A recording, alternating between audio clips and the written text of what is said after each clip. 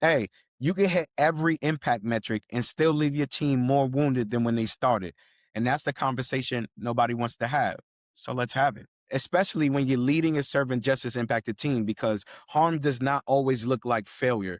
You want to believe that the outcomes that you hold yourself accountable to must reflect a healthy culture. But sometimes that success takes a much more damaging toll on the team. And it encourages the grind and grit culture that we got to be mindful of in the nonprofit industrial complex. Let's talk.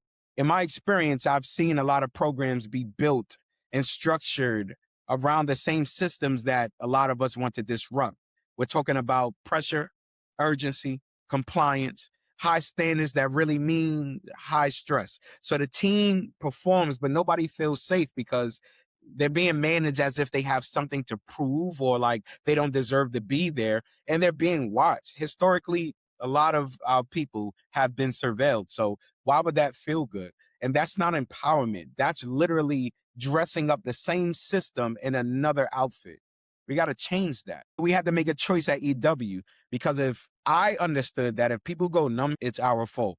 I'm a believer that everything rises and falls on leadership anyway. So take it how you want. But it is up to you to set a standard in a culture that allows people to take care of themselves, especially your team. Here's 4 ways that we started doing things differently. Number one, we separated accountability from punishment, because accountability to us is clarity and repair. It is not shame. It is not guilt. It is not fear. And the confusion usually shows up because many of us grew up in environments where accountability meant consequence. I always tell my team, be very specific when you give feedback, because iron sharpens iron, not to tear people down. But back in the day, I was afraid because it meant embarrassment, it meant exclusion, it meant losing access. But accountability in a healing centered culture always thinks about clarity and repair. What's the standard? What does success look like?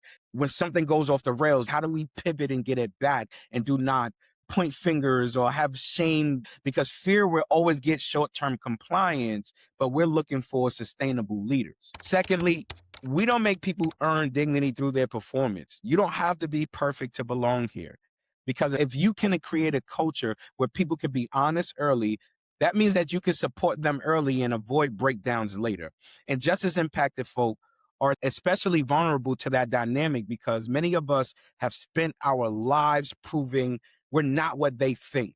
I can get through this. I can overcome. But imposter syndrome also plays a part, right? We have to design against that. Rest isn't laziness. We don't treat questions like weakness, and we cannot treat setbacks and challenges in people's lives as disqualification, because we don't want to make that structure normal. That's a system and a structure that people are accustomed to. But what happens when we mask productivity, efficiency, infrastructure, systems around love? And I'm not saying for some family dynamic that makes people uncomfortable. Stop doing that too. I'm talking about showing up in a real way that actually puts people first. There's moms on your team. There's dads on your team. There's human beings on your team that are living through real life. Let me stop rambling and get to number 3. The third thing that we did different was lead with transparency. We had contingency plans built out 3 years before any crisis could have hit us. And they knew every step of the way. Hey, we got this much money this quarter. This is who I'm talking to. This is the way that we'll scale down and scale up no matter what's going on in the ecosystem. Because I believe that when you have a team of experts that you hired, your organization hired, it's not an opportunity for you to be a boss. This is an opportunity for you to actually collaborate with the experts that you hired to solve the problem that all care about within your org or in the world, right? So when I started thinking of them as my teammates instead of my staff, my mentality shifted, because they have the genius of lived experience and a wisdom that I don't have. They clearly have skill sets that I don't have. And instead of not honoring that and creating a culture where they got to overwork and not be valued, let's figure out how to value them and create a space for them to be seen. And the last thing that we started to do differently at Emergent Works was we started treating triggers as signals and not as inconveniences. Listen, we all healing and growing through something. Give the grace that you need. And let's be real, when you're working with justice impacted teams, certain moments just land different. your tone shifted, a closed door meeting, policy changes, public callouts, a deadline with no explanation. The leader goes quiet. And for some people, those moments aren't just work. That's like, come on now. You triggering something for me. So instead of saying that's not my problem, we started to ask better questions like, what did this moment activate? What is your body telling you?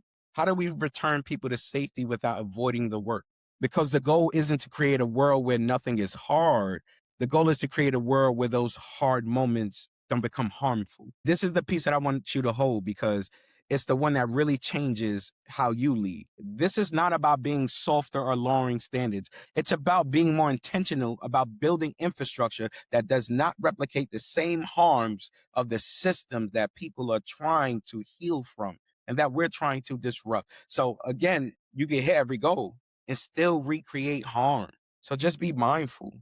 Orgs, leaders, myself, just be mindful and figure out a way to design for repair and for honesty and for people to stay and continue to create a culture that uplifts people and disrupts oppression. Because empowerment isn't what you say, it's the culture that allows people to become. What's wild is I spoke about it before, but I used to think being an ED meant having every answer and showing up with strength and courage. But that's when everything changed for me. Check it out right here.